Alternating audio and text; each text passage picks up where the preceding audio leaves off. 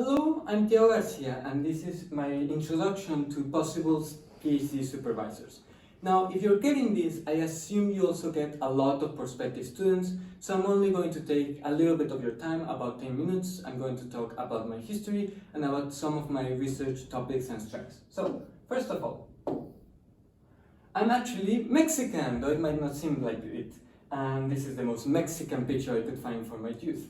I was born in this small town of Querétaro, Mexico, in the very center of Mexico, and I lived there until I was 19. So I didn't leave until I was actually an adult. Once there, I got a scholarship in the US and I moved there out. Now, I haven't lived there since. I currently reside in Glasgow, and I don't have much loyalty for my home nation, but it's still my home and I still have family there. And actually, having lived there for so long and still having roots there means I have quite a different perspective that has come a bunch of times in my classes and my studies. So, next. At age 19, I went to the College of Worcester, a small liberal arts college in the middle of Ohio in the US. It's a small college, but quite a good one. There I graduated with honors in a double major in English and religious studies.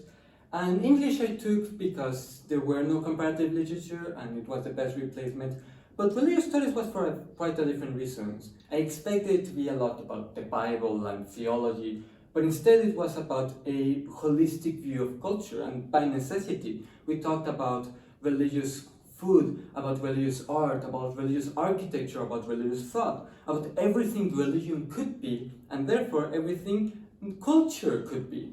This is something that has really struck me, and even though I don't do religious studies formally anymore, I really try to use this holistic view in my studies even today. And as a last part, I did this internship in the Newberry Library in Chicago, where I learned a lot of the research techniques I use even today. So,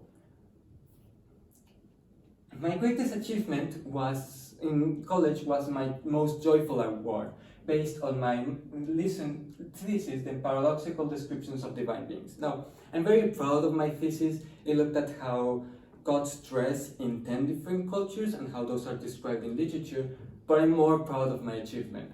I won it based on a symposium presentation, and I didn't win best presentation or even most entertaining presentation. I won most joyful presentation, which is just great. And I try to take this to heart. I continue to work in divulgation and approachability. I won in part because I made it in the form of a cartoon. And I try to extract joy of serious topics. This was a religious studies thesis. It had to be serious because of the material. And I got to have so much fun doing it that I got an award for it. And I try to even do that to this day. So after the College of Worcester, I went to the University of Glasgow, where I did a one-year MLit program in comparative literature. Now, I only was there 1 year, but I tried to squeeze the most out of it. I enjoyed the professors, I enjoyed the facilities, and I taught some really interesting classes. I took a class like Children's Fantasy Literature with Professor Dimitra Fimi, who is the foremost authority in the topic. I taught a class on Victorian posthumanism. Wonderful stuff, because it had all the normal readings of a Victorian class, but with the perspective of posthumanism, which really changed stuff. And I even took a class on religion and literature, going back to my roots as partly a religious studies student and partly a literature student. So, a fun time, though a great one. Next, here my greatest achievement was my master's thesis, Mourning Nature's Dragon. Now, this one is pretty esoteric, but I'll try to sum it up. My topic was how nature is allegorized in dragon stories, specifically how this changes dragon stories. Stories become about the hero going, killing nature, and taking its gold for himself. Very fun stuff. I also got to use dragons from a variety of different cultures and actually do them a good service this time. I used Christian dragons, I used Nyanga dragons from Congo, and I used Blackfoot dragons from the US.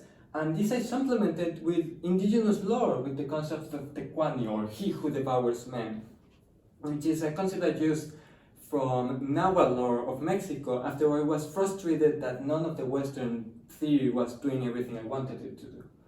I also used a lot of interesting stuff about what does nature mean in this context.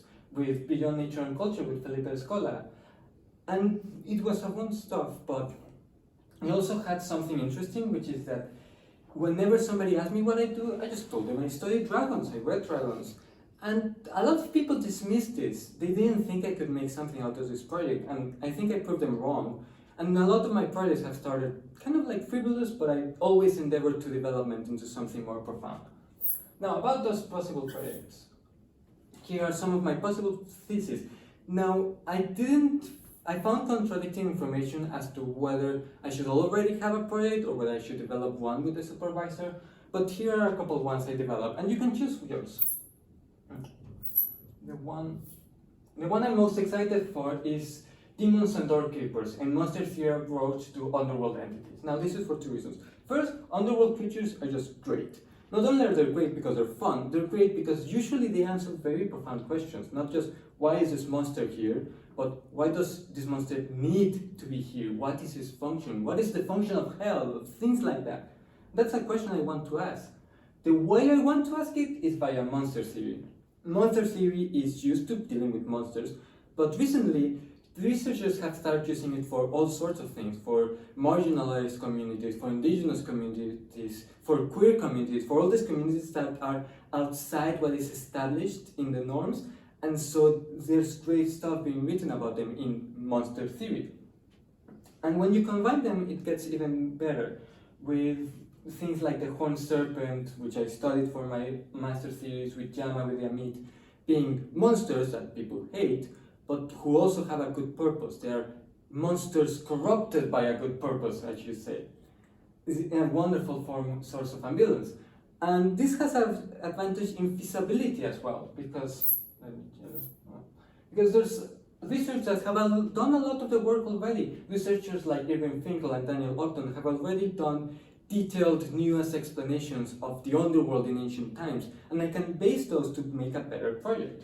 Also, monster theory has its own help with people like Anthony Leo talking about how researchers themselves should be monsters. So this is a topic I have, but I have another two that I want to explore. One is a direct continuation of my undergrad thesis, which was about how gods are dressed. Now, the fun stuff, and this is why I have this quote, is that in a lot of places, the gods are dressed however they are, and then somebody comes and tells them they're not dressed good enough, they should dress better, and they agree. It's insane. And this is a wonderful tension between the divinity of the gods, usually being above puny humans telling them what to do, and their duty to actually do their job, to look the part, which is something I like delving in. And though I'm proud of this thesis I made, I would really like to explore it again, since I've grown significantly as a researcher since then. And finally, as a direct continuation of my master's thesis, I have Rivers, Monsters, and Felipe de Escola, which is the same but with a different perspective, in the sense that instead of focusing on the monster, the dragon, I focus on the river, the allegory. Now, rivers are great because they are necessary for life, but also incredibly dangerous. So they're usually populated by all sorts of monsters, including horned serpents again. And these monsters are obviously hated, they kill a lot of people, but to hate them is to hate the river, and you need the river for life, but you like the river but hate the monster that lives in the river. It's a wonderful source of ambivalence that even the indigenous authors themselves have to grapple with. This is something I would really like to work. And I mentioned Felipe Escola because he has done some amazing work and to the assumptions we have of nature, where those assumptions come from, and how different cultures with different assumptions can see nature in drastically different ways. And here's a wonderful example of that. Now, finally, these are the ones I came up with, but I have other topics I could use, and you can suggest yours yourself. Here are some of my research strengths, like how I still do a lot of religious studies stuff, not as much as I used to, but some, and how I like doing small marginal traditions, like from Africa or from the Americas, that are a nightmare to research, but most of the time worth it. Now, that is everything I have for today, and if you like what you hear, send me an email. Maybe we can talk more. Thank you for your time.